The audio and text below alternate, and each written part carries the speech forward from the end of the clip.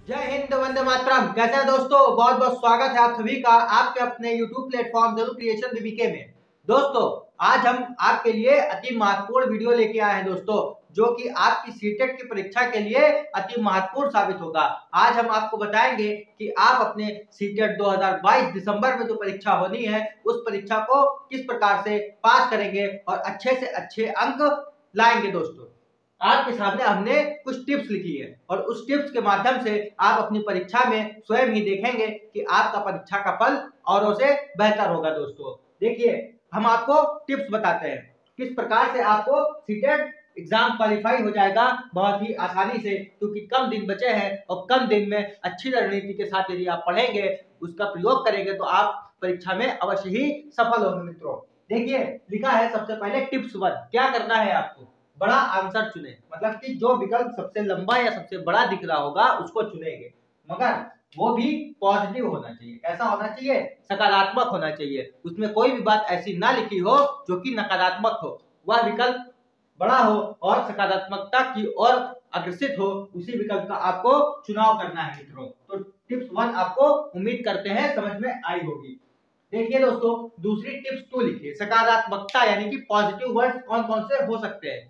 यही वर्ड्स आते हैं पेपर में। दोस्तों देखिए, पॉजिटिव वर्ड्स हमने लिख दिया है, आपको क्या करना है, इन्हीं पॉजिटिव वर्ड्स को चुनाव करना है। यानी कि किसी भी विकल्प में यदि ये पॉजिटिव वर्ड्स आपको दिखेंगे तो वही विकल्प आपका 100% सही होगा, क्योंकि ये पेडागोजी का पेपर है। कोई ऐसा पेपर नहीं है कि आपसे पूछ लिया गया कि महाद्वीप कितने हैं, तो महाद्वीप 7 है, महासागर कितने हैं, महासागर 5 है। ये ऐसा पेपर नहीं है। यह पेपर एक ऐसा पेपर है जो कि आपके मस्तिष्क की जांच करता है कि आप बालक को किस नजर से देखते हैं, किस प्रकार से आप बालक को हैंडल करेंगे। विद्यालय में जब पढ़ाएंगे तो बालक क्या और आपके प्रति बालक से क्या व्यवहार होगा, उसकी एग्जामिन होती है। दोस्तों तो देखिए, पॉजिटिव वर्ड्स क्या है, चर्चा चर्चा करेंगे, हम बच्चों से आपस में बैठ के चर्चा करेंगे, उनको अवसर देंगे कि वो आपस में बैठ के हमसे बच्चों से चर्चा करें।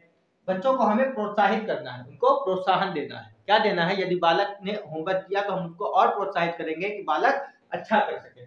कारण का पता लगाएंगे, यदि बालक कोई शैतानी करता है, बालक में कोई कमी है या कोई दिक्कत है दोस्तों, तो हम ये नहीं कि उसको मारेंगे। यदि बालक होमवर्क करके नहीं लाया तो हम ये नहीं करेंगे कि बालक को हम मारने लगेंगे, बल्कि होमवर्क उसने क्यों नहीं किया, इसके कारण का पता लगाएंगे। मित्रों, सृजनात्मकता यानी कि बालक को हम क्रिएटिविटी से पढ़ाएंगे। कैसे पढ़ाएंगे?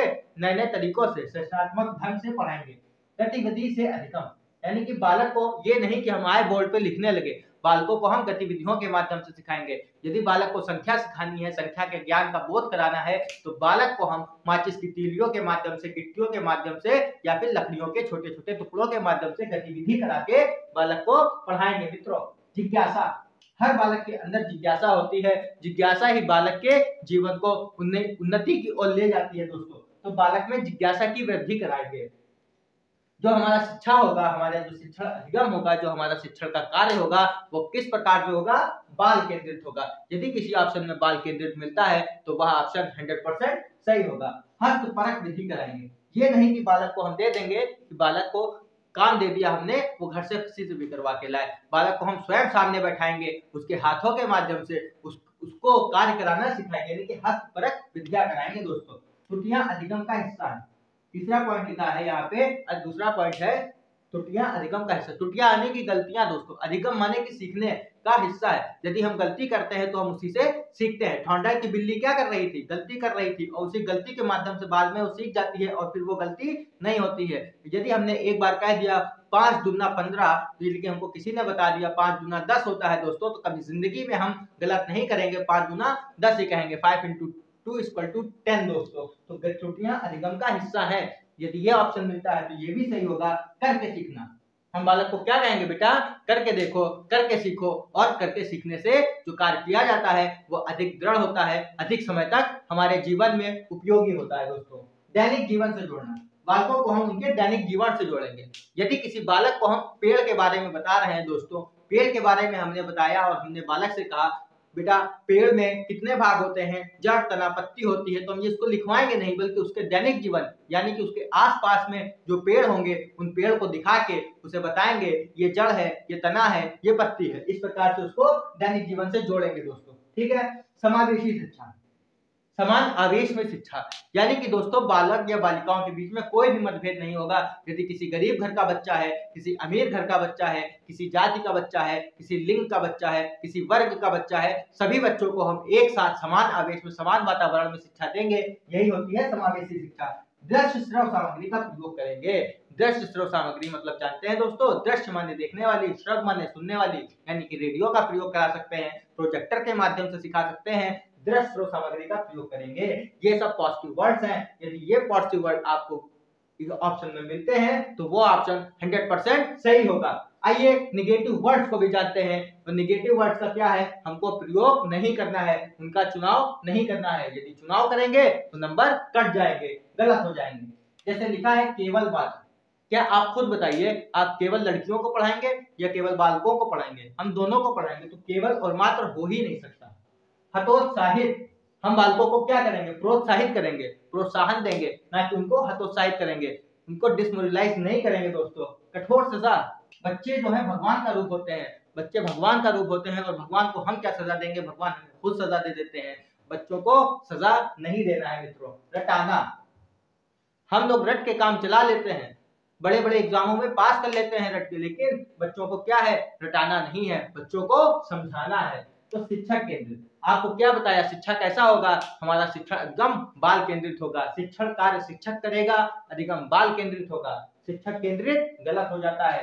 कंठस्थ कराना, बालकों को क्या कंठस्थ कराएंगे, कंठस्थ कराने का मतलब तो हो जाता है रटाना। तो कंठस्थ हम नहीं कराएंगे, बालकों को हस्तपरक विधियों से, गतिविधि आधारित अधिगम से, खेल विधि से, कई विधियों के माध्यम से याद करा देंगे, लेकिन उसको कंठस्थ नहीं कराएंगे। क्या दंड देंगे मित्रों, आप बताइए, दंड देंगे नहीं देंगे, सजा देंगे नहीं देंगे। पुस्तक केंद्रित हो ही नहीं सकता। क्या कोई पुस्तक किसी बालक के जीवन का संपूर्ण विकास कर सकती है? नहीं कर सकती।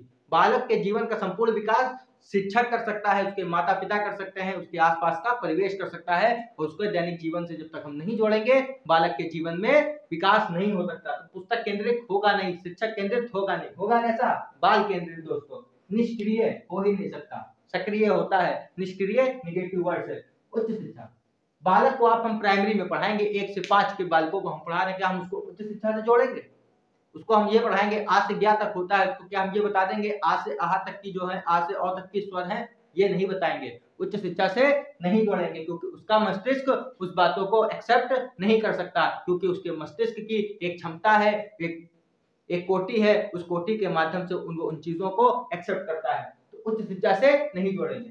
ग्रेडिंग अंक, ग्रेडिंग अंक जो होगा, ग्रेडिंग अंक नहीं देंगे, निगेटिव वर्ड्स में आता है। लैंगिक असमानता, लैंगिक असमानता मतलब मित्रों क्या होता है, लड़का लड़की, बालक बालिका, छात्र छात्रा, ये सब नहीं देखेंगे। व्याख्या करना, नहीं, बालक को आप व्याख्या करेंगे, आ से लेकर के आह तक हमने पढ़ाया, हम व्याख्या कर देंगे, बच्चे को समझ में ही नहीं आएगा। उसको गतिविधियों के माध्यम से, हस्तपरक विधियों के माध्यम से, खेल विधियों के माध्यम से, कई विधियों के माध्यम से हम पढ़ाएंगे, बल्कि व्याख्या नहीं करेंगे। दोस्तों तीनों टिप्स आपको समझ में आ गई होंगी। बड़ा आंसर चुनना है, पॉजिटिव है, पॉजिटिव वर्ड्स लिखे हैं, निगेटिव वर्ड्स लिखे हैं मित्रों। आइए देखते हैं क्या लिखा हुआ है। टिप्स 3, बच्चे को समान देखना है।